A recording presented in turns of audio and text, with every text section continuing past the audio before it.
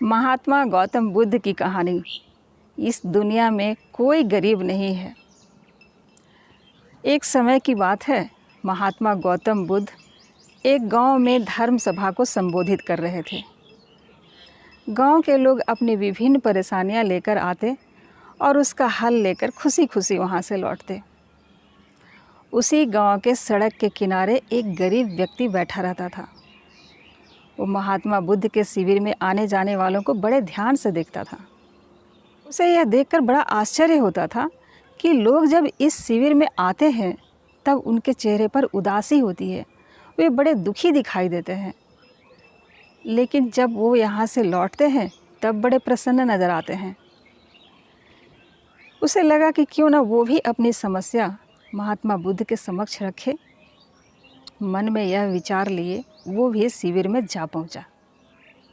वहाँ उसने देखा कि लोग लाइन लगाकर खड़े हैं, अपनी अपनी समस्या बारी बारी से बता रहे हैं।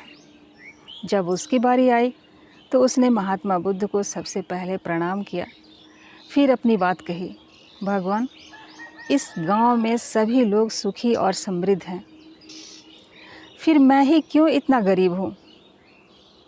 महात्मा गौतम बुद्ध मुस्कुराते हुए बोले, तुम इतना निर्धन और गरीब इसलिए हो क्योंकि तुमने कभी किसी को कुछ दिया ही नहीं। यह सुनकर वह आश्चर्यचकित हो गया। बोला, भला मेरे पास है ही क्या देने को? मेरा तो स्वयं का गुजारा बहुत मुश्किल से होता है। मैं लोगों से भीख मांग कर पेट भरता हूँ। मैं भला क्या दे सकता हूँ किसी को? यह सुनकर महात्मा बुद्ध थोड़ी देर शांत रहे। फिर उन्होंने कहा, तुम बड़े अज्ञानी हो।